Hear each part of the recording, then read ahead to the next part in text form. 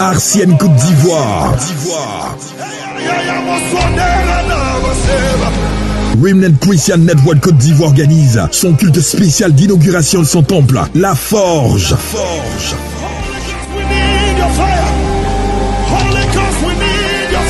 Arsienne Côte d'Ivoire, thème, Abba, que ton nom seul est exalté. Psaume 148, verset 13. Orateur invité, révérende prophétesse Kakouili, hôte, pasteur Élisée Dramé, le dimanche 17 août 2025, de 8h à 12h, au siège de Arsienne Côte d'Ivoire, situé à Yopougon Toit Rouge, Carrefour Awa, à 200 mètres de la station Star Oil. Infoline 01 42 47 58 19 05 06 15 58 88 07 78 65 87 99. Nous serons heureux de vous accueillir en famille, entre amis ou seuls pour partager ce moment de bénédiction ensemble. Arsienne Côte d'Ivoire, recalibrage spirituel, lutter pour la renaissance du christianisme apostolique. Viens être la locomotive, Seigneur. Viens être la lumière que nous suivons. Il est dit, c'est par la lumière de l'Éternel que nous accédons à la lumière. C'est par toi que nous avons la vision. C'est par toi que nous avons la vue. C'est par toi que nous avons, Seigneur, j'ai envie de dire la parole. C'est par toi que nous avons le mot. C'est par toi que nous avons les propos. Viens par ton esprit et bénis ce lieu, bénis cette atmosphère, bénis cette présence, Seigneur, et que nos vies ne soient plus jamais la même. Personne ne te rencontre et demeure la même. Que cette rencontre avec toi ce soir soit expérientielle. Donne-nous de te toucher et de saisir à l'essence même qui est dans ta présence. Donc cette dame qui perdait le sang, elle n'a pas fait que te toucher, mais elle t'a touché et elle a pris quelque chose en te touchant. Donne à chacun d'entre nous de prendre quelque chose dans cette présence. Qu'on ne touche pas seulement à cette présence, mais qu'on prenne quelque chose, qu'on prenne des substances, qu'on prenne un capital spirituel à partir de cette présence. Et nous sommes convaincus que nos vies ne seront plus jamais les mêmes. Oh, merci Seigneur. Merci Saint-Esprit de Dieu pour toutes tes œuvres qui sont merveilleuses. Bénis ton assemblée. Bénis chacun de nous pour la gloire de ton nom. Reçois nos ovations en guise de reconnaissance, en guise de remerciement et en guise, oh Seigneur, d'honneur. Reçois nos hommages, Saint-Esprit. Reçois nos hommages, Saint-Esprit. Merci Seigneur. Merci Jésus. Merci Jésus. Alléluia. Le Saint-Esprit est Dieu. Et c'est lui qui règne au milieu de nous. Les affaires terrestres sont gérées par lui, sous le contrôle exclusif du Fils qui est assis sur le trône de la grâce.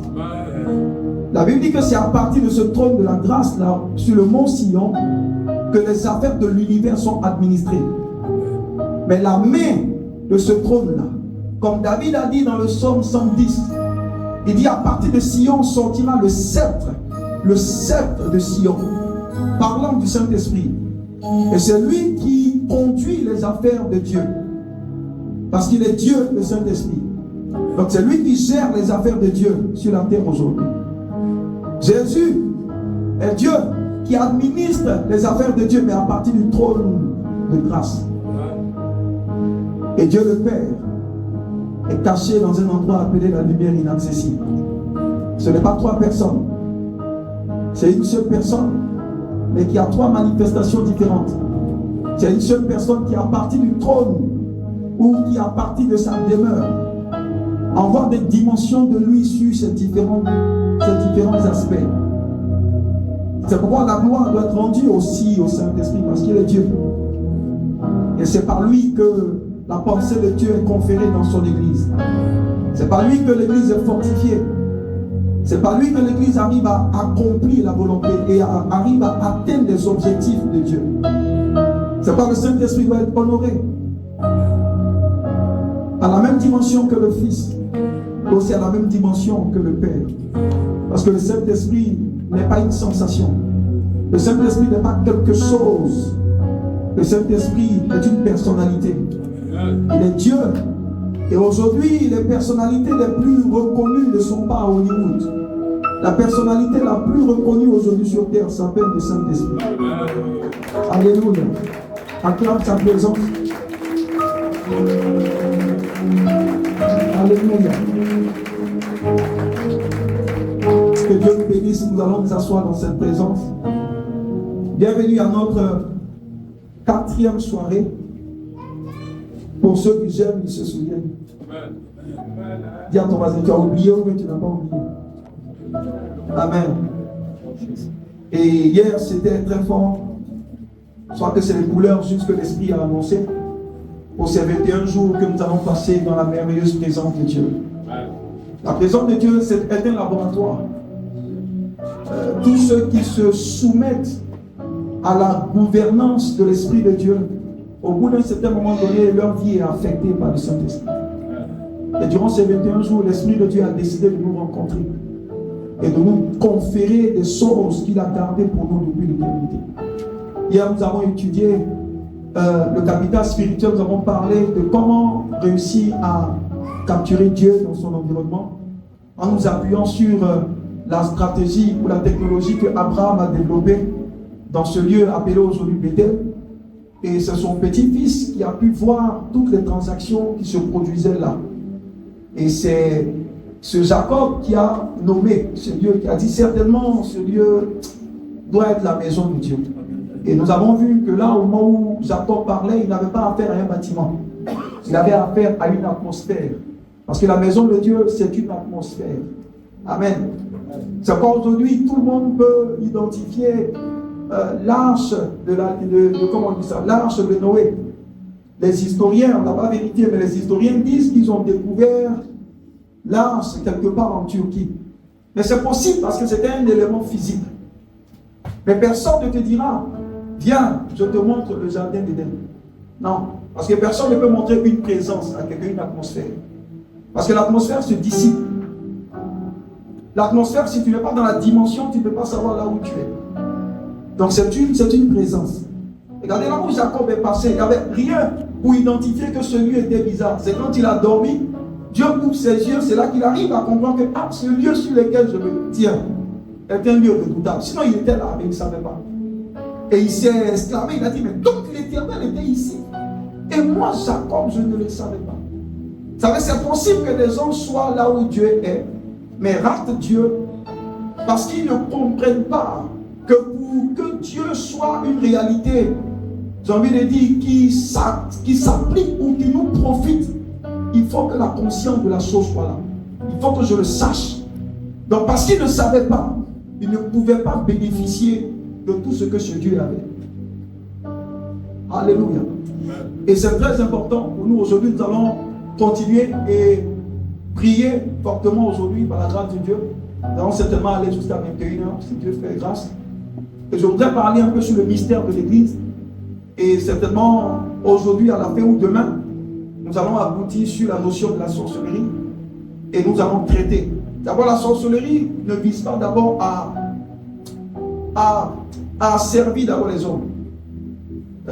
L'impact de la sorcellerie va au-delà. Parce que la sorcellerie est aussi intéressée par les territoires. Je vous ai dit, la lutte pour la terre est une lutte pas forcément d'abord pour les individus, mais c'est une lutte pour posséder la terre.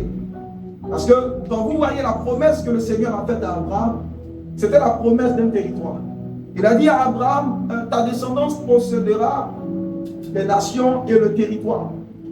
Et quand vous lisez Deutéronome 28, verset 1, il a dit, si vous obéissez à la voix de Dieu, si vous écoutez ma voix, que vous obéissez à cette voix, le Seigneur a dit, je vous donnerai la supériorité sur toutes les nations.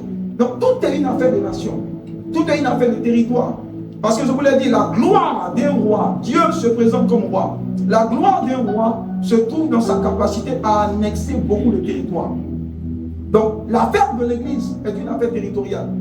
D'où le terme, le mandat territorial de l'Église. Alléluia. Le mandat territorial de l'Église. Même quand vous voyez l'Israël actuel se battre, c'est un combat pour le territoire. Quand vous voyez le combat de la Russie et de l'Ukraine, c'est un combat pour les territoires. Tout est une affaire de territoire. Parce que celui qui possède le territoire possède ceux qui sont sur le territoire. C'est pas la Bible dit que la terre et tout ce qu'elle renferme. appartiennent à l'Éternel. D'abord la terre et tous ceux qui sont sur la terre. Parce que si tu as une terre qui est en ton nom, tout ce qui est bâti dessus, tu as le contrôle dessus. Pourquoi? Parce que la terre qui tient le socle de la chose t'appartient. Alléluia. Donc c'est un combat pour assujettir les territoires. C'est vrai que des âmes, des personnes doivent être converties, mais nos terres aussi ont besoin d'être régénérées pour le Seigneur. Parce que nos terres aujourd'hui sont polluées. Nos terres aujourd'hui subissent les affres des méchants. Nos terres aujourd'hui, au lieu de recevoir les libations des réalités qui les adoucissent, au contraire, ces terres reçoivent du vin, reçoivent des choses qui irritent la terre. Le vin, l'alcool plutôt, irrite la terre. Et même le vin alcool irrite la terre. Parce que la Sainte Seine, n'oubliez pas, à la base, ce n'est pas le vin qu'on connaît. Le vin qu'on connaît là, c'est l'alcool. Amen. Amen. Mais le vin, qui sont les grappes de raisin, que nous identifions au sang de Jésus, là c'est autre chose. Mais le vin alcool, ça irrite la terre. Malheureusement au village, c'est ce que nos parents utilisent pour parler à la terre, pour des libations. Mais ces réalités irritent, ça énerve et ça fait fâcher la terre. Ça fait fâcher la terre. Donc c'est vrai que nos vies ont besoin d'être sauvées. Mais pensons aussi à sauver nos terres. Parce qu'une terre qui n'est pas sauvée peut finir par engloutir les fils qui sont sur cette terre.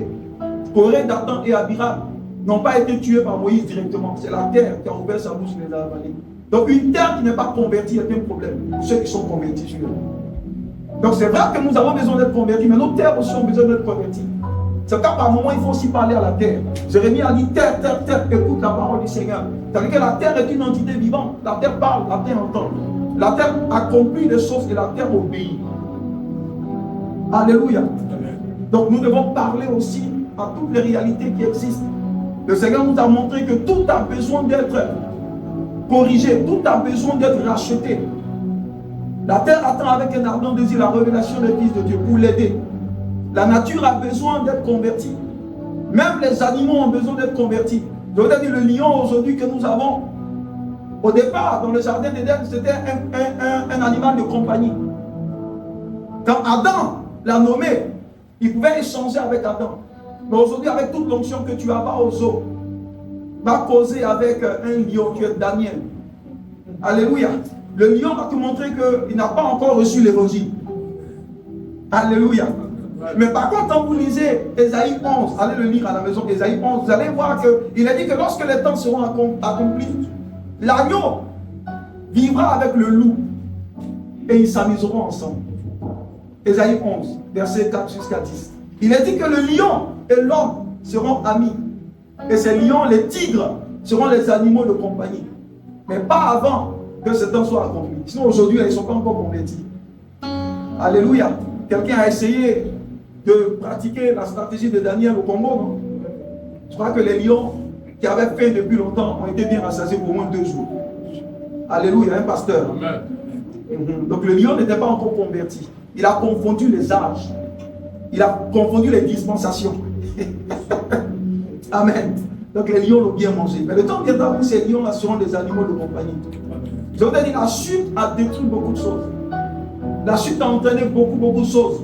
Les moustiques qui étaient certainement peut-être chargés de faire quelque chose de spécifique dans la nature aujourd'hui, se trouvent en train de manger l'homme, de boire le sang des hommes. Les abeilles qui étaient juste chargées de la pollinisation, bon, aujourd'hui, quand l'abeille te baptise, tu es réellement baptisé. Amen. Donc tout ce qu'il y a aujourd'hui, tout ce qui se fait dans la vie de ces animaux, appelés les animaux féroces là, en réalité au départ, ce n'était pas ainsi. Dans la Nouvelle Jérusalem, on aura tous ces animaux là qui seront là tranquillement. Et voilà, ce serait une belle vie. Amen. Donc nos terres aussi ont besoin d'être converties. Tout a besoin d'être converti. Et c'est la responsabilité de l'Église que d'aider Dieu à ce niveau. Et nous parlons du mystère de l'Église. Ce mystère qui nous a été révélé par l'apôtre Paul. J'aime beaucoup l'apôtre Paul. J'aime beaucoup lire ses épîtres parce que l'apôtre Paul est celui qui a eu, j'ai envie de dire, une vision une compréhension ingénieuse et spirituelle de cette notion d'église. Il a été le seul pratiquement à donner une définition claire de ce que c'est que l'Église. Tout dépendait également de la sphère à partir de laquelle il opérait. Paul a été celui-là qui a pu traverser les cieux, les Samaïm, et il a eu accès au 3e ciel. Et c'est lui-même qui a donné cette révélation qui avait trois cieux. Donc il a pu entendre des choses qui n'étaient pas convenables à un homme normal d'entendre. Donc ça veut dire que Paul s'est retrouvé quelque part et il a assisté à une scène. Il a dû voir beaucoup de gloire, beaucoup de choses là-bas. Et c'est lui qui est revenu avec une révélation fraîche. Quand on sait que la conversion de Paul n'a pas été une conversion normale, comme tout le monde. Paul a été arrêté par Dieu. Amen. Paul a été arrêté par Dieu et après qu'Ananias et les frères de l'église à Damas l'aient recommandé au Seigneur, il est parti directement en Arabie. En Arabie où lui-même, dans son investigation de Dieu, a cherché Dieu par lui-même et l'a trouvé. Et il est revenu de l'Arabie avec des révélations fraîches. Amen. Il opérait à partir de ce 3e ciel. Et quand tu lis ces messages, tu te rends compte que ces messages sont des messages du 3e ciel. Et ce 3e ciel-là est le ciel de Dieu. C'est le ciel où réside le trône de Dieu. C'est le ciel de l'administration des affaires terrestres et des affaires de l'univers. Et ceux qui opèrent à partir de là, qui ont un langage qui vient du 3e ciel, ils n'ont pas peur des réalités du 2e ciel. Parce que le 2e ciel, c'est le QG du diable et de sa bande. Lorsqu'ils ont été précipités du 3e ciel qu'ils sont descendus, ils ont établi leur QG là. Amen. Certains sont descendus sur la terre, mais leur quartier général se trouve au 2e ciel. Et c'est Daniel qui nous a révélé cela en Daniel chapitre 9 et chapitre 10. Alléluia. Donc, le lieu à partir duquel tu opères est ce qui définit ta civilisation. Donc, ceux qui opèrent, qui restent seulement au niveau du 2e ciel, ils prêcheront seulement démons, et tous ceux qui verront, ça sera en rapport avec le diable. Amen. Et ça créera une peur du diable parce qu'ils n'ont pas vu ce qui est supérieur. Mais celui qui opère à partir du 3e ciel n'a plus peur de ce qui est au 2e et au niveau du 3e ciel, au niveau du 1er ciel. Amen. Et Paul a pu avoir cette révélation fraîche. Et il a dit en Éphésiens chapitre 3 verset 3, il dit moi Paul. Il dit qu'est-ce qu'il a dit? Il dit moi Paul en Éphésiens 3, 3. Il dit Dieu m'a accordé une révélation pour me faire connaître son plan secret. Éphésiens 3, 3. Il dit Dieu m'a accordé une révélation pour me faire connaître son plan secret. Donc ça veut dire que ce que Paul a reçu n'est pas venu d'une étude de Dieu. Parce qu'on ne peut pas étudier. Dieu est trop gros pour que tu l'étudies. Donc Dieu est une révélation. Donc Paul est en train de nous dire que ça a été une révélation. Ça veut dire quoi? Tu ne peux pas connaître Dieu si Dieu ne s'est pas révélé à toi. Et Ésaïe 29 dit que la parole de Dieu qui a été lue scellée a été donnée à plusieurs personnes. Le prophète a pris la Bible qu'il a donnée à une personne qui est allée à l'école. La personne dit, je lis, mais je ne comprends pas. Il donne la même parole à quelqu'un qui n'est jamais allé à l'école. La personne lit, elle aussi elle dit, je ne comprends pas. Donc ce n'est pas une affaire d'intellectualisme. Ce n'est pas une affaire de je suis allé à l'école. C'est une affaire de révélation. Parce que tu peux lire le logos alors que la parole est encore cachée. Le rhéma, la parole, l'intention de Dieu est ce qui te donne d'avoir accès à Dieu. Donc Paul dit, j'ai reçu cette révélation. Dieu m'a donné de comprendre ce mystère caché. Il parle du secret de Dieu. Donc un secret est caché. Un secret n'est pas révélé automatiquement. Mais la gloire de Dieu consiste à cacher les choses. Et la gloire des hommes consiste à les découvrir. Mais c'est dans ce partenariat-là que Dieu se révèle à nous progressivement. Alléluia. Amen. Donc Paul parle de ce plan secret en rapport avec l'Église qui concerne l'intention de Dieu. Dieu a une intention dans chaque chose. Et si nous n'arrivons pas à discerner l'intention de Dieu qui constitue le plan de Dieu pour l'existence même de l'univers, nous n'allons pas comprendre son agenda. Et nous allons passer à côté et faire un autre sujet. À l'école, nous avons eu certaines dissertations, certains commentaires où on te disait comme question, trouve l'intention de l'auteur. C'est un exercice assez complexe parce que l'intention de l'auteur se trouve dans la tête de l'auteur. Donc ils sont en train de te dire, fais un effort pour rentrer dans la tête de l'auteur pour trouver son intention. C'est aléatoire. Amen. Parce qu'il n'y a que l'auteur qui a son intention. Mais son intention cache le secret. Son intention cache le pourquoi d'une chose. Parce que si nous ne comprenons pas son intention, nous passerons à côté. Et le plan de Dieu est en rapport avec le royaume de Dieu. Et la stratégie qu'il a mise sur place pour accomplir ce royaume-là s'appelle l'Église. C'est pas hier, je dis que l'Église est la stratégie de Dieu. L'Église, ce n'est pas un bâtiment, c'est un organisme vivant. L'Église, c'est un organisme mystique. L'Église, c'est l'assemblée de tous les saints. Et l'Église, c'est une réalité invisible, mais réelle. Parce que ce qui est invisible n'est pas forcément irréel. Les microbes sont invisibles. Mais quand tu vois ce qu'ils font dans ton corps là, tu sais qu'ils sont bel et bien là. Donc Dieu est peut-être invisible, mais il est réel. Et l'église, c'est ça. C'est pourquoi Jésus dit, le diable ne peut pas détruire cette église. Parce que si c'est un bâtiment, tu peux casser. Mais tu peux casser un bâtiment sans casser l'église. L'église n'est pas le bâtiment. Tu peux casser le temple, tu peux casser le bâtiment, mais tu ne peux pas casser l'église. Parce que l'église est une réalité mystique. Et la tête de cette église, c'est Christ. Et Paul a eu cette révélation terrible sur ce que c'est que l'église. Amen. Et il a compris et il nous a révélé cette volonté de Dieu qui vient de l'intention de Dieu. Et je voudrais en quelques mots nous dire, selon les propos de Paul, le rôle de l'église. C'est très important. Parce que si nous ne comprenons pas le rôle de l'église, nous ne saurons pas ce que nous avons à faire. Nous ne saurons même pas. Alors que ce rôle-là est très clair. Quand vous lisez Éphésiens 3, verset 10, je veux que quelqu'un me lise ça. Éphésiens 3, verset 10, nous parlons du mandat territorial de l'église. Alléluia. Le mandat territorial de l'église. Éphésiens 3, verset 10 nous dit: êtes-vous attaqué par des appels indésirables? Utilisez l'identificateur d'appel collab. D'accord. Je voulais voir la Bible, mais là, ça va dans vos choses. Merci. Tu peux juste mettre ta main. Éphésiens 3, verset 10. Je vous la parole de Dieu. Afin que les dominations et les autorités dans les lieux célestes connaissent aujourd'hui par l'Église la sagesse infinie, infiniment variée de Dieu. Regardez le rôle du Seigneur. Donc Jésus est celui qui a pensé son Église. Et il a mis sur terre pour quelque chose de spécifique. Vous savez, quand vous ne savez pas la raison pour laquelle une chose existe, vous pouvez vous trouver en train de faire beaucoup de choses sans faire ce pourquoi vous êtes là. C'est pas un jour le Seigneur a dit à Marthe, il dit Marthe, tu t'occupes pour beaucoup de choses, mais une seule chose est essentielle. Il y a un seul chemin qui mène à Rome. Il n'y a pas plusieurs. Donc le roi de l'Église a été donné. Il dit, afin que par cette réalité spirituelle, les réalités dans les cieux, les réalités invisibles, puissent connaître la sagesse infiniment variée de Dieu. Moi, ça soit dans cette présence. Donc ça dit que la sagesse infiniment variée de Dieu est un secret. Je vous l'ai dit à maintes reprises que les anges eux-mêmes ne comprennent pas l'évangile.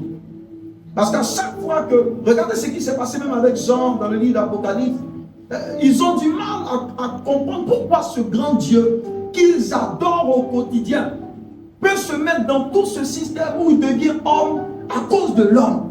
Ils ne comprennent même pas pourquoi. Qui est l'homme? Qui est l'homme?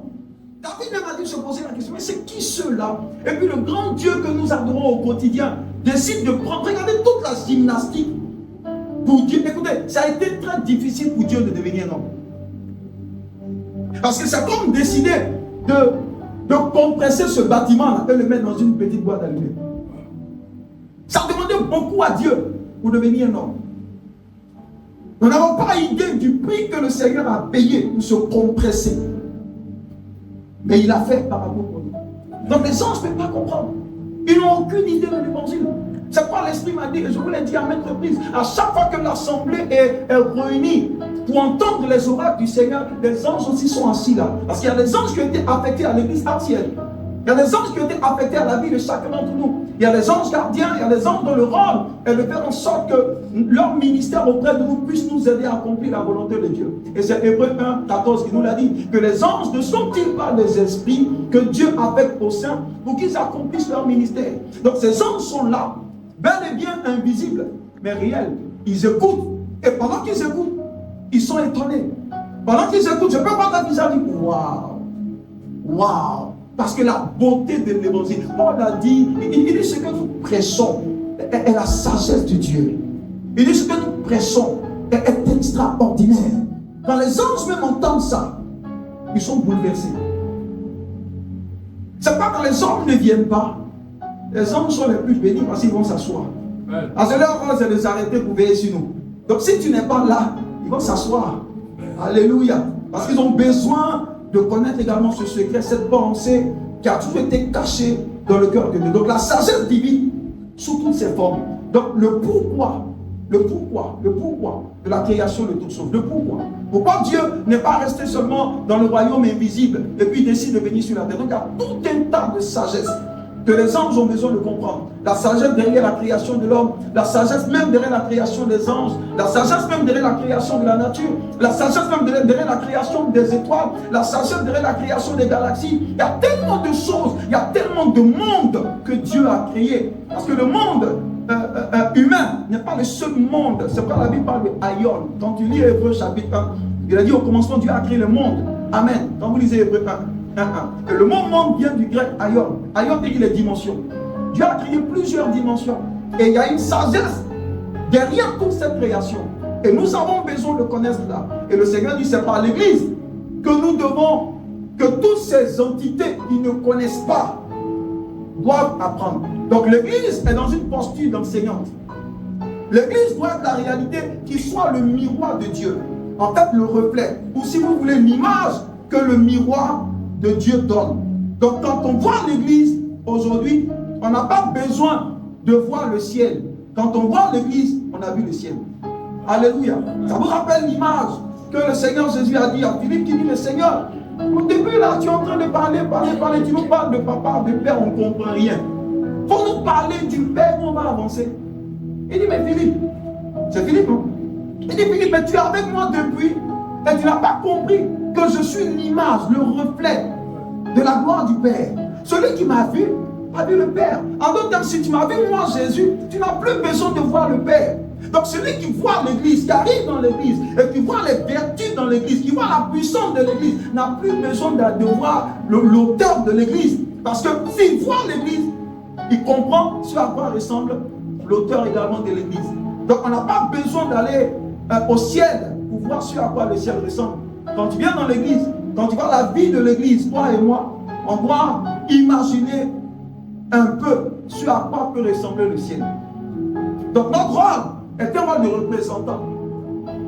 C'est pourquoi nous devons bien représenter le Seigneur. Parce que si nous ne sommes pas dans les dispositions qu'il faut, nous serons à même de mal représenter le Seigneur. Un ambassadeur doit être à l'image du pays qu'il envoie. Mais c'est possible qu'un ambassadeur soit une fausse représentation du pays qu'il a envoyé. Donc le rôle de l'Église, c'est de faire quoi? C'est de montrer aux principautés, de montrer aux dominations, de montrer à toutes ces entités-là des sagesses infiniment variées. Donc en nous voyant, notre vie doit être un enseignement. En nous voyant, ils doivent voir à quoi ressemble Dieu. Donc en nous voyant, ils doivent avoir des informations sur ce Dieu-là que nous servons. Donc c'est le rôle de l'Église, c'est le miroir du ciel. C'est pas regarder Jésus en Matthieu 28, 18, après la résurrection, quand il a fini ce qu'il avait à faire. Il dit, tout pouvoir m'a été donné sur la terre et dans les cieux. Amen. Et après, il a mis sa puissance pour ce pouvoir dans l'Église. Et ce pouvoir-là est représenté par le sceptre de Dieu, qui est le Saint-Esprit. Le Saint-Esprit n'est pas au ciel aujourd'hui. Le Père est au ciel. Jésus est au ciel, assis à la droite du Père. David a dit dans le psaume 110, il dit quoi? Il dit, Seigneur, assieds-toi à la droite de ton Père, jusqu'à ce que je fasse de tes ennemis ton marchepied. Donc Jésus est à la droite du Père. La droite du Père, c'est la position d'administration. C'est pas que le Père est ici, et puis à sa droite comme lieu géographique, non, ça n'a rien à voir. Le mot droite est une expression du royaume. C'est pas, si vous comprenez bien les principes du royaume, vous allez mieux comprendre la Bible. Quand on dit dans un royaume, une personne est à la droite, ça veut dire que la personne est dans la position d'administration, c'est elle qui gère tout. Donc Jésus aujourd'hui, il est l'administrateur des affaires de Dieu. Rien ne se fait sans que Jésus n'ait son mot à dire. C'est pas partout, dans plusieurs passages dans les Écritures. Vous allez voir que par moments, il est fait mention de Dieu. Dans d'autres endroits, il est fait mention du Seigneur Dieu. Dieu et le Seigneur Dieu, ce n'est pas la même personne. Quand vous voyez le Seigneur Dieu, c'est Jésus. Parce que c'est lui qui a été fait Seigneur. Mais par contre, parfois, vous mettez Dieu. Mais souvent, quand nous lisons, nous avançons sur Dieu, c'est clair, c'est même Dieu, là, on avance. Amen. Alors que par moment, quand vous êtes méticuleux à ce niveau-là, vous saurez à quel moment le Père intervient et à quel autre moment le Fils intervient. Mais l'Église a un rôle capital. Quand on te voit, on n'a même pas besoin de te dire d'où tu viens. Quand on te voit, on doit te dire certainement. Regardez ceux qui ont vu l'Église à Antioche. Ils ont dit, mais ceux-là, ils ressemblent à Christ. Tout ce qui dégage, c'est-à-dire leur vie est un enseignement. Ils montrent à ceux qui sont en face d'eux la nature de leur pays d'origine. Et c'est ça le rôle de l'Église. Donc les dominations, les principautés doivent savoir à quoi ressemble Dieu. Ils doivent savoir ce que Dieu aime. Ils doivent savoir ce que Dieu n'aime pas. Et c'est par l'Église que toutes ces choses doivent être possibles. C'est pourquoi je crois pour ma part, et je le dis haut et fort, que la nation ou les attitudes dans une nation dépendent de l'Église. Je pense que c'est l'Église qui fixe les tendances en termes d'attitude et d'habitude. Parce que l'Église est censée être la lumière. Pourquoi le jugement commencera d'abord par l'Église? Parce que l'Église a un rôle. Et si l'Église n'a pas accompli ce rôle, Dieu n'attaque pas d'abord celui qui doit être enseigné, mais il attaque d'abord l'enseignant. Donc ça veut dire, si la nation est comme ça, c'est parce que l'Église n'a pas été à la hauteur. Donc il attaque d'abord l'enseignant avant de toucher à l'enseigner. Alléluia. Amen. C'est pourquoi notre position est stratégique. Notre rôle, c'est d'exposer les vertus de Dieu. Donc l'Église a pour rôle de faire quoi? De contenir Dieu. Parce que c'est la présence de Dieu dans l'Église qui fait d'elle une Église de Jésus-Christ. Parce qu'il n'y a pas que l'Église de Jésus-Christ. Il y a plusieurs autres églises. Il y a la synagogue dans ce temps-là. L'Église veut dire ecclésia. Ecclésia, c'est un rassemblement de personnes, une assemblée de personnes. Vous allez voir, quand Jésus parlait de l'Église en Matthieu 16, il a dit mon Église. S'il dit mon Église, ça veut dire quelqu'un d'autre aussi a son Église. Donc ça veut dire que chaque Église a sa particularité. Pour reconnaître l'Église de Jésus, il y a des critères qui permettent d'identifier que c'est justement l'Église de Jésus. L'Église de Jésus a pour tête Jésus. L'Église de Jésus tourne autour de Jésus et non pas de l'homme de Dieu. L'Église de Jésus, c'est l'Église qui a sa fondation en Jésus, qui a son toit en Jésus, qui a sa clôture en Jésus, qui a sa parole en Jésus et qui a tout en Jésus. C'est ça l'Église de Jésus-Christ. Donc la circonférence de l'Église de Jésus-Christ, c'est Christ. C'est pas l'apôtre Paul a dit, je prêche Christ et Christ crucifié. Pas un autre message, pas un homme, pas un prophète, pas un bishop. Non, non, non. C'est Christ qui est le centre. C'est quoi Paul dit? Il est le commencement et il est la fin. C'est pas Paul dit, il est le rémunérateur. Alléluia, de ceux qui les cherchent. Il est l'auteur et le finisseur de notre foi. C'est-à-dire que son église gravite autour de lui. Quand on vient, hier je l'ai dit, quand on vient, ce qui fait que notre soirée a réussi, c'est lorsque nous réussissons à capturer Dieu. Sinon, ça sera juste un moment de divertissement. On va venir danser et l'homme sera au milieu. Et quand on sort avec tout sans Dieu. C'est pas c'est triste de venir et de ne pas rencontrer Dieu avant de partir. Parce que c'est à cause de lui que nous sommes là. Nous faisons tout ce sacrifice-là pour venir le rencontrer. Pourquoi? Parce que celui qui le rencontre, il ne part jamais la même personne. Personne ne peut rencontrer la présence de ce grand Dieu et puis demeurer la même personne. Le challenge, c'est de réussir à le capturer dans notre ambiance. Le challenge, c'est de réussir à télécharger sa gloire là où nous sommes. Parce que quel que soit l'état dans lequel tu es quand tu le rencontres, quelque chose est obligé de changer. C'est lui, le centre de l'église. Et le diable est en train de tout faire pour retirer ce beau nom de Jésus.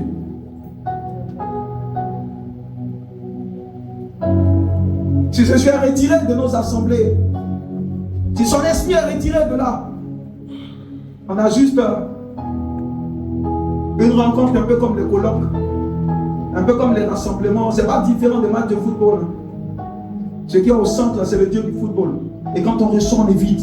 Quand on ressort, rien ne change. Pourquoi? Parce qu'on n'a pas rencontré celui qui change.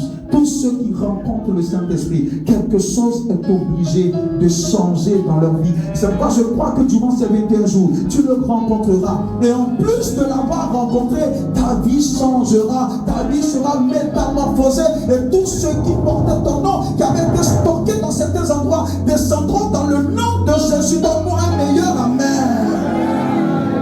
Alléluia. Donc le rôle de l'Église, c'est de contenir quoi? Christ. De connaître Christ. Et puis aussi de l'exprimer. Parce que par nous, on doit voir cette sagesse infiniment variée de Dieu. Donc les gens doivent venir à nous pour dire, mais c'est qui Dieu? Et on doit être à même de leur donner, de leur dire qui il est. Et c'est nous que le Seigneur a choisi pour être les enseignants. Un enseignant est enseigné avant d'aller enseigner. Et n'oubliez pas qu'un enseignant déformé aussi déformera ceux qu'il enseignera. Et souvent c'est très difficile j'ai envie de dire, de former une personne déformée. Parce que c'est difficile. Alléluia. C'est lui. Et je vous assure que quand il est dans une réunion, on le sait. Quand il est dans une rencontre, on le sent. Tu n'as pas besoin qu'on te le dise, mais tu le sais. Il y a cette connaissance, et cette connaissance intérieure. Tu es là, tu es dans une atmosphère. C'est vrai que tu es en toit rouge, mais tu sais que tu es dans quelque chose. Tu es dans une atmosphère, tu es dans une présence que tu n'arrives même pas à décrire, mais tu sais que tu es dans quelque chose. Et c'est ce quelque chose, parfois, ça se manifeste par plusieurs manifestations autour. Mais c'est le Saint-Esprit qui favorise cette atmosphère. Et plusieurs reçoivent des capitaux spirituels.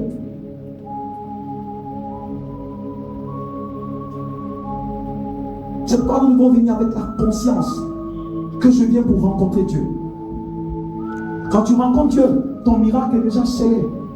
Quand tu rencontres Dieu, ta situation va changer. Quand tu rencontres Dieu, tu ne peux plus rester la même, non.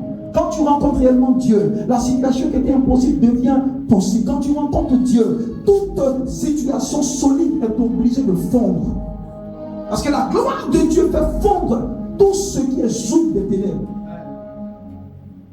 C'est par la lumière que Dieu chasse les ténèbres. Par la lumière.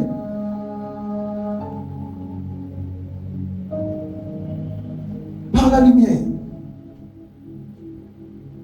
Par la lumière. Dieu est le propriétaire de la terre. C'est lui qui l'a créé. C'est vrai qu'il y a un cantique qui a été chanté tout à l'heure pendant que je chantais. J'ai arrêté de chanter parce que il y a quelque chose qui a changé. Une ordination, tout ce que tu dois avoir est contenu à l'intérieur. Alléluia. Donc, obtenir ce qui ne porte pas ton nom devient nuisible pour toi. Imaginez quelqu'un qui porte du 39 en train de porter 45. Comment tu vas marcher? Et c'est ce qui se passe avec la bénédiction. Tu portes 39, ton pied fait 39. Et puis tu es dans 45 à Abidjan. C'est pas souffrance, ça. C'est souffrance, hein. C'est souffrance 39, et puis tu es dans 45. Pour faire un pas même, c'est compliqué.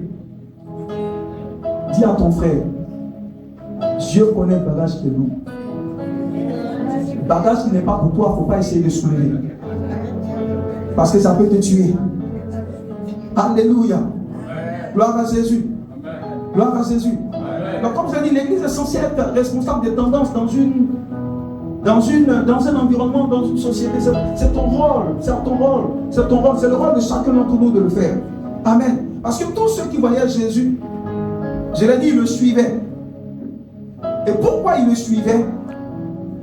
Parce que Jésus était quoi? Jésus était la lumière du monde.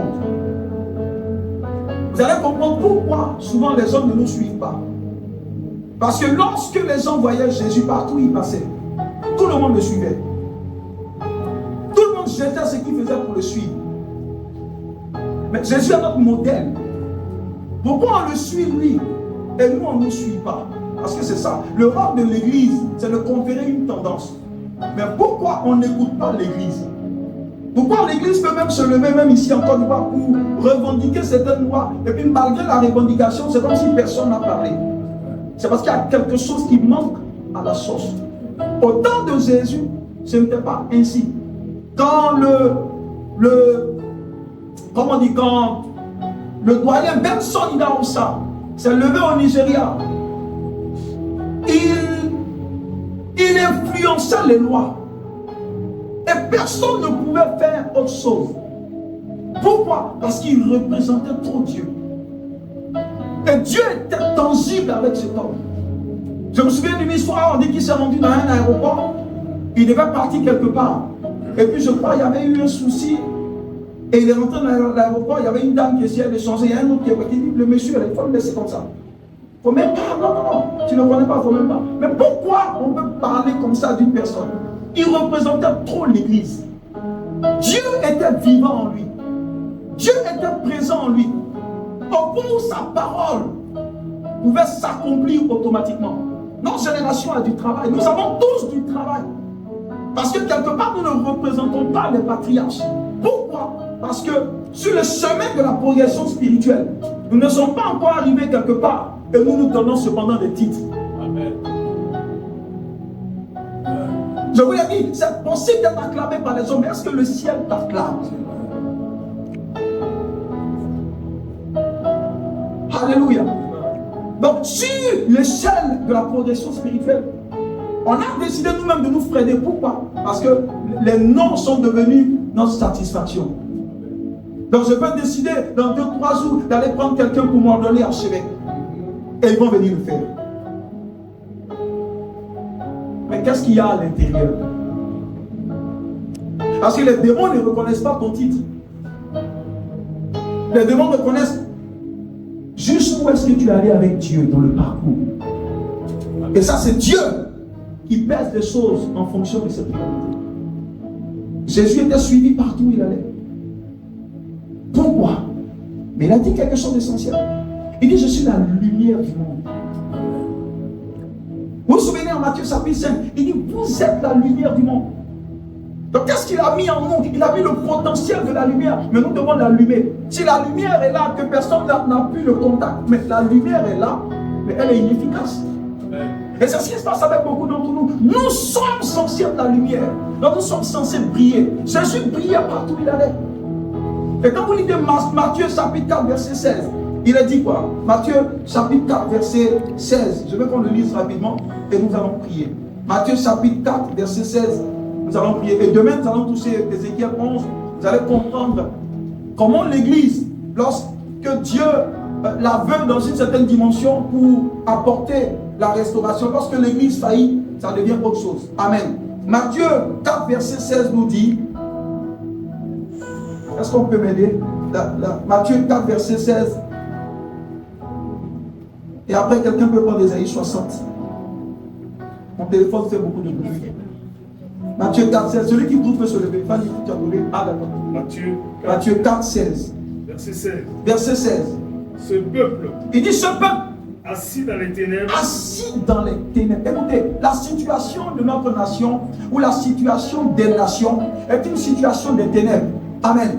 Donc, il est dit que ce peuple qui est assis dans les ténèbres, qu'est-ce qui peut faire en sorte que ce peuple sorte des ténèbres? Mais regardez ce qu'il dit. A vu une grande lumière. Et sur ceux qui étaient assis. Dans la région. De l'homme de la mort. La lumière s'est levée. En fait, pour que les ténèbres puissent bouger, il fallait qu'il y ait la lumière. Amen. Le seul problème de l'église actuelle, c'est que cette église a beaucoup de bruit, mais elle n'a pas de lumière. Jésus était suivi, pourquoi? Parce qu'il était la lumière. Il était le reflet de la gloire de Dieu. Il était le reflet de Dieu en tout. Il marchait dans les vertus et il représentait Christ. Parce qu'il avait une relation intime avec Dieu. Sa parole était une flèche, était une bombe qui était capable de transformer les choses. Tout ce que cette parole rencontrait, elle restaurait les choses. Donc c'est cette dimension que l'Église n'a pas encore atteinte. C'est cette dimension que chacun d'entre nous n'a pas encore atteinte. C'est pourquoi je dis en Christ c'est un voyage. Nous commençons, mais nous sommes censés avoir atteint une certaine dimension. Alléluia. Nous sommes censés avoir atteint une certaine dimension pour atteindre la dimension de lumière. Parce que la même parole dit que vous êtes aussi le sel de la terre. Donc c'est des dimensions en Christ que notre relation avec Dieu doit pouvoir atteindre. Sinon, notre vie sera existante, mais elle n'aura aucun impact. Et c'est pourquoi d'ailleurs nos familles ne nous suivent pas.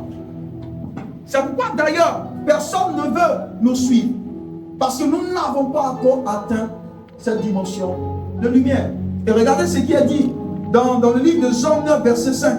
C'est Jésus qui parle. Il dit, mais je suis la lumière du monde. Donc on suivait Jésus parce qu'il représentait Dieu. Dieu est lumière. Il habite dans une lumière inaccessible. Tout ce qu'il rencontre, il affecte par le rayonnement de ce qu'il représente. Donc Jésus avait consommé la lumière parce qu'il était avec Dieu au quotidien, il était Dieu. Donc il était devenu le reflet de la lumière. Et tout le monde a envie de suivre la lumière. Écoutez, un jour le Seigneur a dit, la parole dit, la moisson est grande, mais il y a peu d'ouvriers. Imaginez cette image. Un jour, l'Esprit m'a donné l'image. Il m'a dit, regardez toute la terre, tous les hommes que vous voyez sur la terre, ils sont tous prêts à être moissonnés.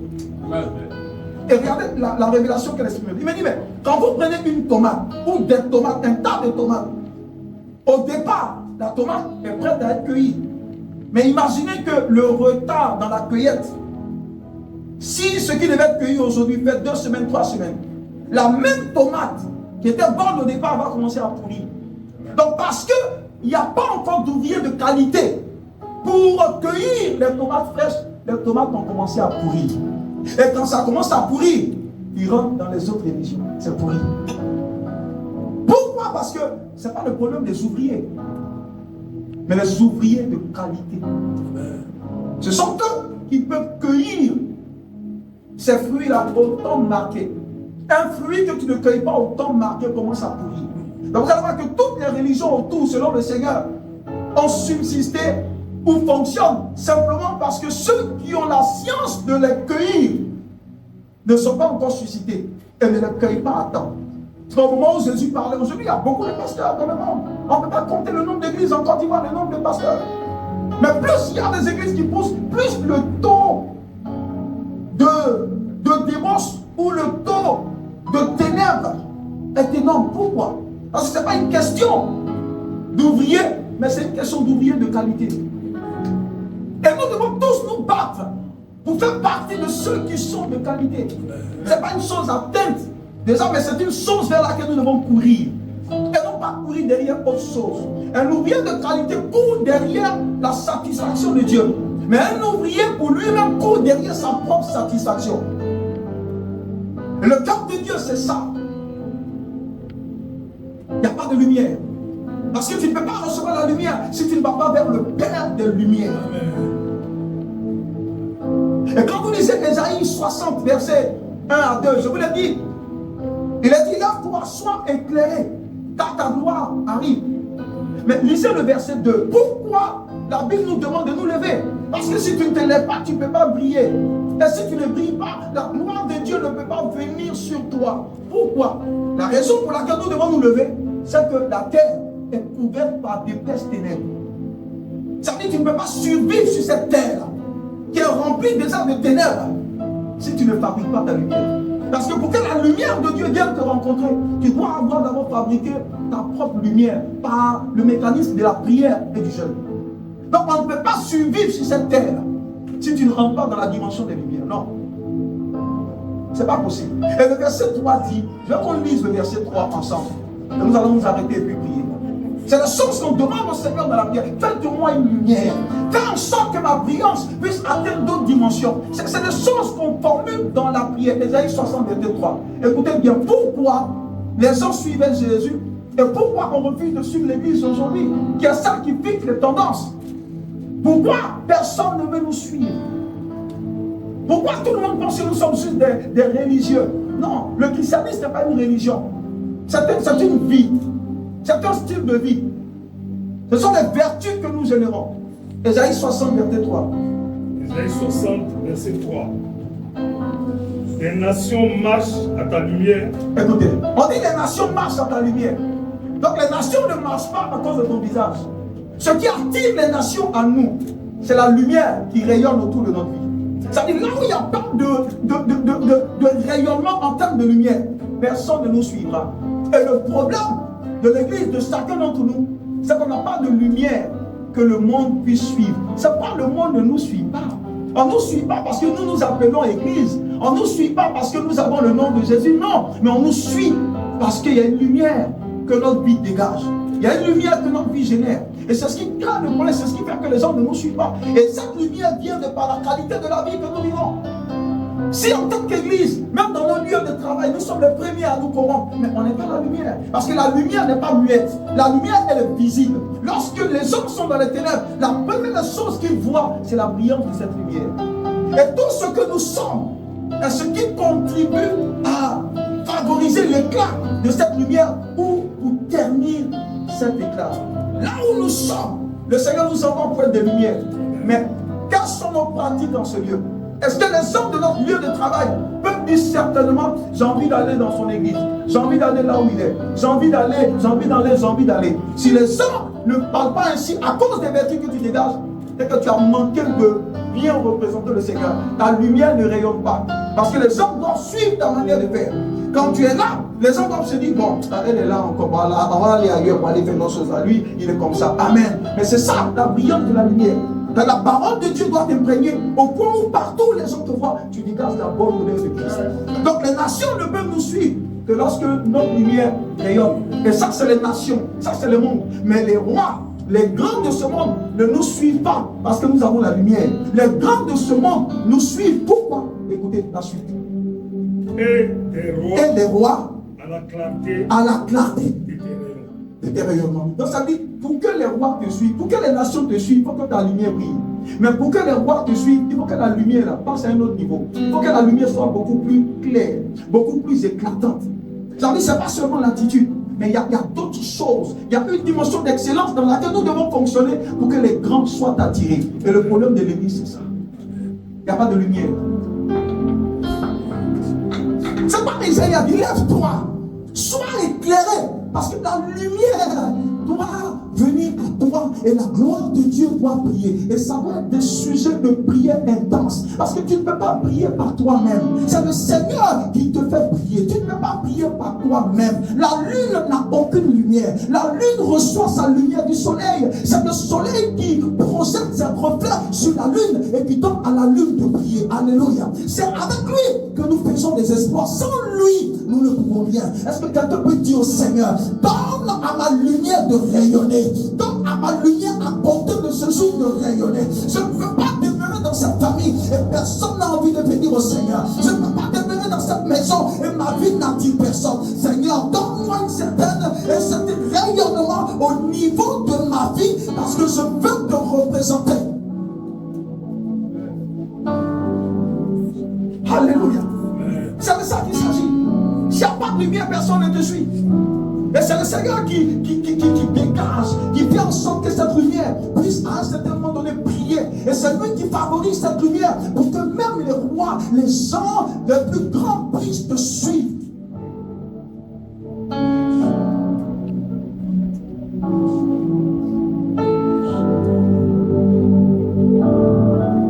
Alléluia. Tu demandes juste des voitures. Mais si un roi te suit, ce que tu vas recevoir, ce n'est pas plus qu'une voiture. Ah. Tu demandes juste une maison. Mais si un roi te suit, ce n'est pas une partie de son royaume qui serait capable de te donner. Est-ce que quelqu'un peut crier pendant 5 minutes et dire au Seigneur, que ma lumière luise, que ma lumière brille. Je suis fatigué de rester la même personne. Ça fait combien d'années je suis en toi, Seigneur? Ça fait combien d'années je proclame le nom de Jésus? Ça fait combien d'années les membres de ma famille me doivent venir à l'église? Mais il n'y a aucun respect parce qu'il n'y a pas de lumière. C'est la même chose. Au contraire, au lieu de t'honorer au travers de ma vie, Seigneur, c'est le mépris. Fais prier ma lumière. Embrasse-moi. Fais en sorte que ma lumière luise. De sorte qu'au lieu de mon travail, Seigneur, que ta lumière qui brille puisse donner à ceux qui sont autour de me suivre. Est-ce que quelqu'un peut élever la voix et commencer à prier dans cette présence? Ouvre la bouche de prier le Seigneur.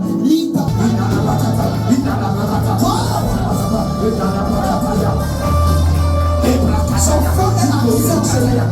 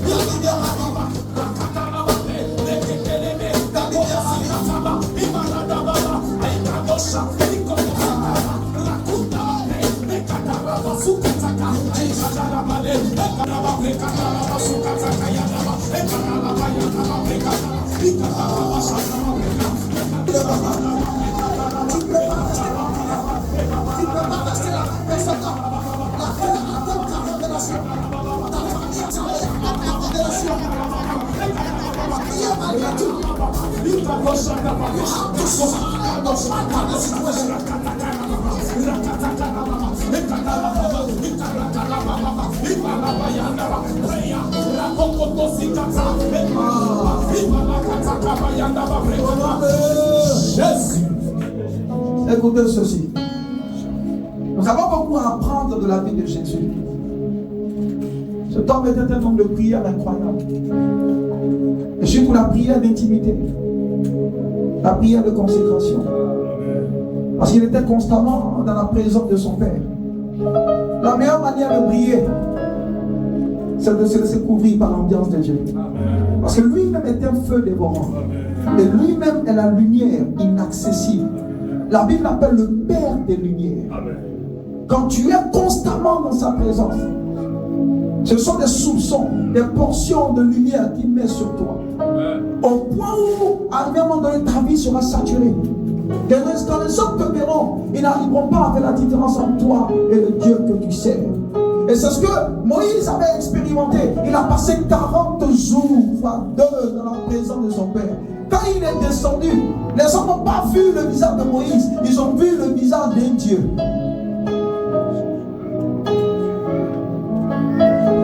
Il a dit qu'il y avait la lumière sur son visage. Comment générer cette lumière? C'est demeurer. Demeurer. Beaucoup d'entre nous savions prier, mais très peu savent demeurer, attendre. C'est par sa lumière que nous voyons la lumière. C'est la lumière de Dieu. La lune ne peut rien sans le soleil. Parce que la lune que nous voyons en réalité n'a pas de lumière. La lune, c'est un tas de ténèbres. C'est le soleil qui prête sa lumière à la lune. Et ça, même les scientifiques le savent. La lune n'a aucune lumière. La lune ne produit rien. Mais parce qu'elle décide de demeurer dans la proximité et dans l'intimité du soleil, cette lune profite des rayons du soleil. Nous recevons cette lumière par ricochet. Parce que le Père des Lumières, il est en nous. Par le Saint-Esprit. Mais ça demande que nous demeurions dans sa présence. Que nous demeurions là. Que nous demeurions là. Que nous demeurions là. Comme Moïse demeurait dans sa présence.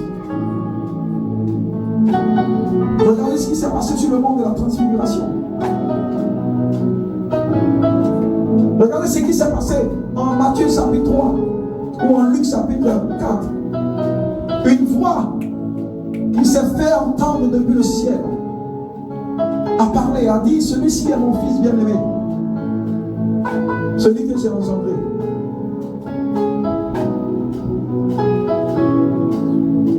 Quand il est rentré dans le désert, il a passé 40 jours. C'est quand il est sorti de ce désert, après que la voix de l'esprit de son Père ait parlé. C'est là la Bible dit que ceux qui étaient dans les ténèbres ont pu voir la lumière. La lumière n'est pas venue automatiquement, non. La lumière est venue après qu'il ait rencontré son Père d'une certaine dimension. Après qu'il ait reçu, j'ai envie de dire, une attestation, une confirmation que le Père est satisfait de lui, de la qualité de sa relation avec lui. Et quand il est sorti du désert, la Bible dit, les hommes qui sont assis dans le pays des Zaboulons, dans le pays de Naphtali. Il est dit que pendant que, il dit même jusqu'aux extrémités de la mer de Galilée, il est dit que ceux qui étaient assis dans les ténèbres ont vu une grande lumière. Tu ne peux pas être lumière si tu n'as pas rencontré la lumière. Tu ne peux pas être lumière si tu n'as pas été hébergé par la lumière. Non. Si tu n'as pas été hébergé par la lumière, tu ne peux pas être lumière, non. C'est lui qui confère la brillance à nos vies. C'est quoi? C'est un appel à demeurer. L'église n'a aucune force qu'elle ne demeure pas en lui, en celui qui définit son rayonnement. Parce qu'il y a une catégorie qui vient par la lumière que nous dégageons. Il y a une autre catégorie qui vient par la clarté de cette lumière.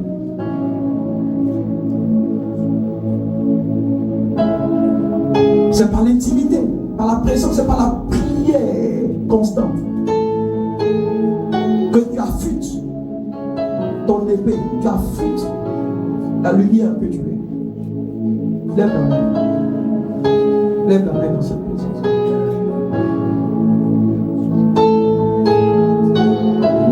Est-ce que tu peux le chanter?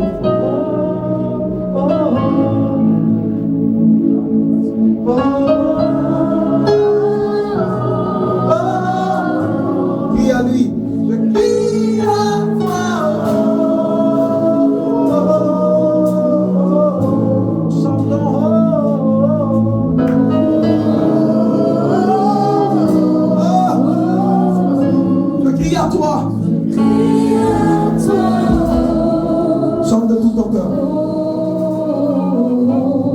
peux bien faire ce soir.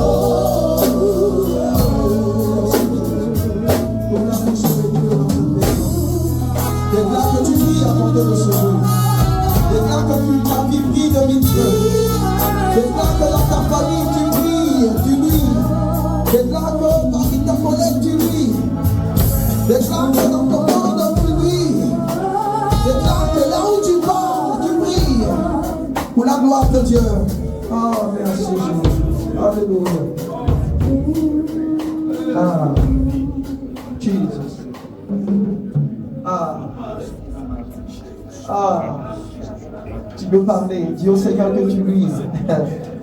Non, je refuse de mourir comme ça. Je refuse de mourir simplement. Non, je refuse de mourir comme ça. Je refuse de mourir sans impact. Je refuse de mourir qu'on dise, non. Je refuse de mourir ordinaire. Je refuse de mourir ordinaire. Je ne sais pas si c'est ton cas. Si tu veux rester en étant ignoré ainsi par les membres de ta famille, je refuse d'être ignoré. Je refuse d'être ignoré par ma famille. Je refuse d'être ignoré par ma génération. Je refuse d'être ignoré par mes pères. Je refuse d'être ignoré par ceux qui me connaissent. Non. Il doit voir cette lumière briller. Il doit voir cette lumière briller. Il doit voir l'état de la gloire de Dieu au travers de ma vie. Il doit voir la puissance de Dieu. Elle génère pas. Oh, le vase que je suis. Non. Je dois être représentatif.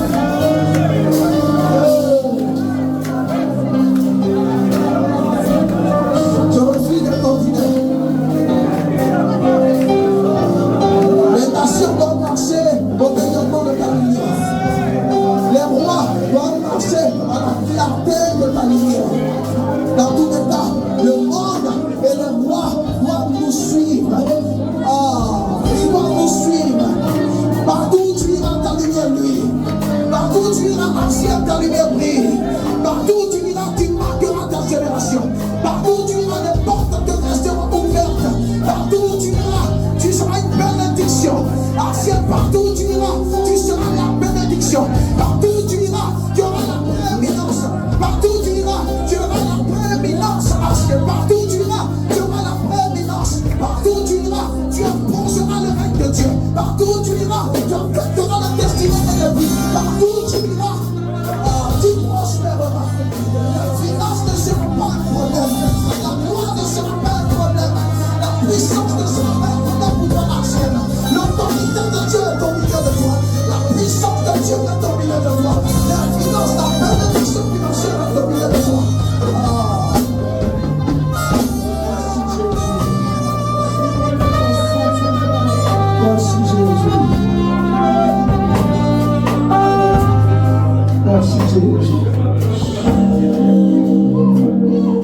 réjouis dans cette maison.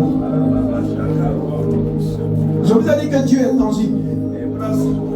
Ne venez jamais sans avoir été affecté par l'atmosphère de Dieu.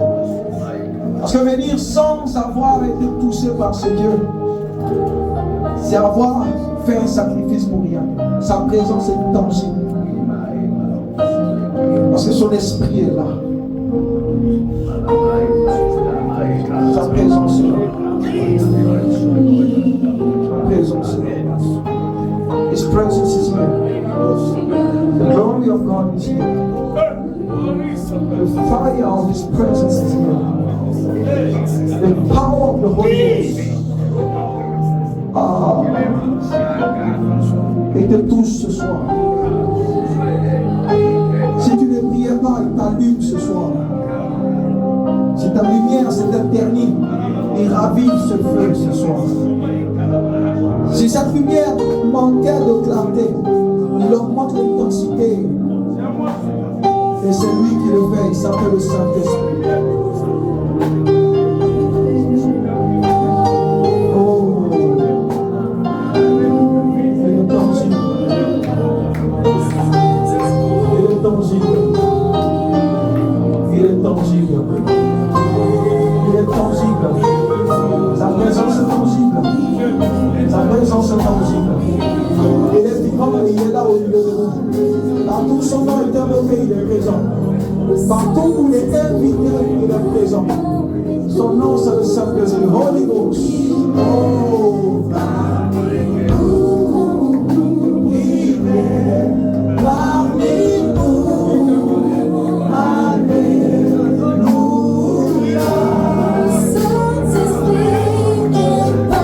Thank you for your presence.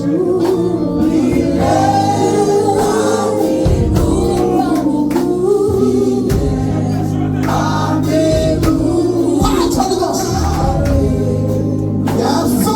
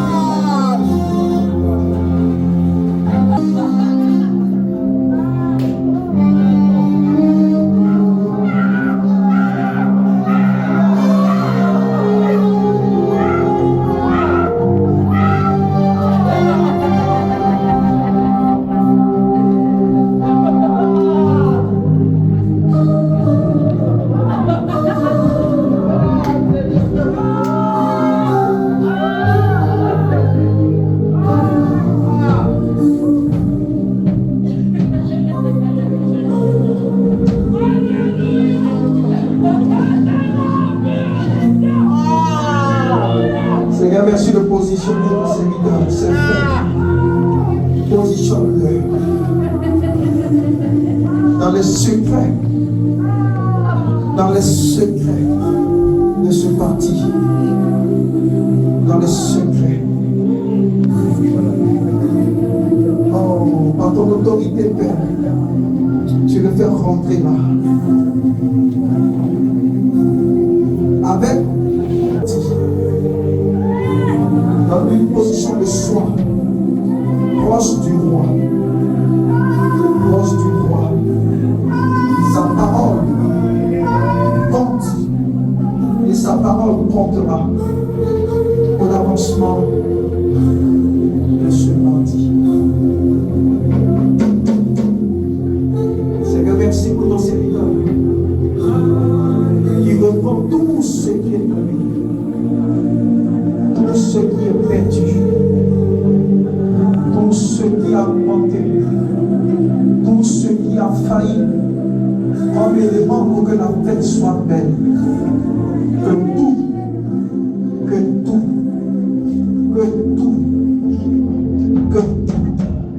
qui est la restauration totale. Qui est la restauration totale. Totale.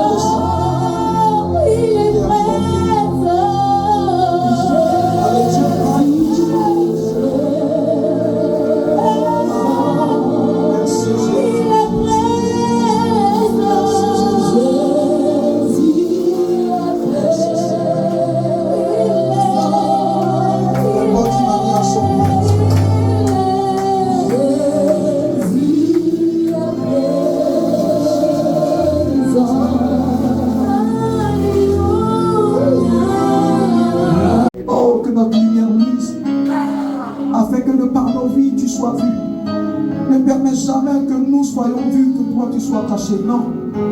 Permets qu'au travers de nos vies, que toi tu sois vu. Donne-nous d'être petits afin que toi tu grandisses en chacune de nos vies. Donne-nous d'être représentatifs de ta personnalité partout où nous irons. Que votre lumière luise. Pour quiconque ne voit pas cette brillance, Seigneur, augmente l'intensité. Oh, que la vie de chacun d'entre nous change. Car ciel éternel, comme tu nous l'as dit, soit cette lumière qui est mise sur le chandelier pour éclairer plus que ce quartier, mais toute la commune d'Abidjan et au-delà des frontières de la Côte d'Ivoire. Seigneur, étends un ciel à gauche, à droite, devant, derrière. Que la promotion soit la portion de chaque membre de l'Arciel. Qu'il soit présent ou pas, miséricorde pour ceux qui ne sont pas là. Mais qu'ils bénéficient de cette promotion également pour la gloire de ton nom. Seigneur, bénis financièrement Arciel. Parce que pour que les frontières de ton royaume s'étendent, nous avons besoin de finances, oh Père. Approvisionne-nous en finances, afin que partout où nous irons, nous puissions implanter ton règne dans le nom de Jésus. Que les portes soient ouvertes en faveur de chacun d'entre nous. dans la Arsienne d'être enracinés en ce lieu. Donne-nous d'être les enfants de cette zone, les enfants de cette commune, les enfants de toute la ville, les enfants de tout le pays dans le nom de Jésus. Et lève les cornes de Arsienne. Que nos ennemis soient à terre. Que nos ennemis, Seigneur, se parlent leur propre langue. Oh Père, mais ils verront cette lumière. Ils voient déjà cette lumière qui, lui, sur ce lieu est une référence. Et nous voyons déjà les nations qui accourent vers Arsienne Côte d'Ivoire. Oh, à cause de la brillance, de la clarté de sa lumière, Seigneur, qui a dit que les rois sont motivés et les rois sont attirés par la clarté de notre lumière. Merci de donner à notre lumière de luire. Merci de donner beaucoup plus de clarté à notre lumière, oh roi. Que ton nom soit élevé au milieu de nous. Que ton nom soit élevé au milieu de nous. Ne permets pas qu'on soit cité sans toi. Mais ne permets pas que nous soyons cités avant toi. Qu'on parle de toi en tout, Seigneur. Que ton nom soit élevé en ce lieu. Que ton nom soit glorifié en ce lieu. Parce que c'est toi qui fais toutes choses. Nous ne sommes que des canaux. Les enfants que nous sommes ne sont que des talons pour favoriser, Seigneur, l'effulgence de ta gloire, pour laisser passer le rayonnement de ta gloire. Oh Seigneur, que chacun d'entre nous soit des lumières dans nos différentes familles, dans nos lieux de travail, dans nos lieux d'activité, dans les marchés. Envoie-nous comme des apôtres, Seigneur, partout où tu nous envoies, que nous soyons représentatifs du royaume de Dieu. Oh, merci Seigneur. Merci pour ta glorieuse présence. Merci de demeurer en ce lieu. Merci pour tes anges et pour ces entités mystérieuses que tu as établies en ce lieu. Seigneur, il n'y aura pas de mort au milieu de nous, ni en cette année, ni l'année prochaine. Nous déclarons que chacun d'entre nous remplira ses jours. Nous déclarons qu'aucune de nos vies ne verra sa vie écourtée au nom de Jésus. Comme Jean le dit, aucun fil de la vie d'une personne, Seigneur, de Arsienne ne sera coupé. Nous remplirons nos jours, nous accomplirons notre destinée et nous satisferons ton nom et nous satisferons ton cœur pour la gloire de ton nom. Nous voulons te célébrer par des ovations ce soir. Nous voulons te rendre gloire à ton Père. Est-ce que tu as fait un peu de gloire à Jésus? Est-ce que tu as fait un peu de gloire à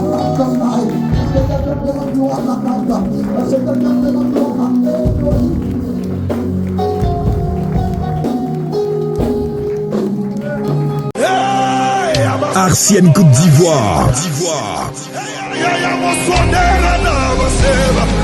Remnant Christian Network Côte d'Ivoire organise son culte spécial d'inauguration de son temple, La Forge.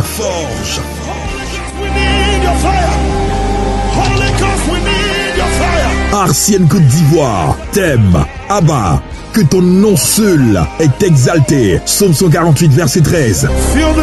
Orateur invité, révérende prophétesse Kakouili, hôte, pasteur Élisée Dramé, le dimanche 17 août 2025, de 8h à 12h, au siège de Arsienne Côte d'Ivoire, situé à Yopougon-Toit-Rouge, Carrefour Awa, à 200 mètres de la station Star Oil. Infoline 01 42 47 58 19 05 06 15 58 88 07 78 65 87 99. Nous serons heureux de vous accueillir en famille, entre amis ou seuls pour partager ce moment de bénédiction ensemble. Arsienne Côte d'Ivoire, recalibrage spirituel, lutter pour la renaissance du christianisme apostolique.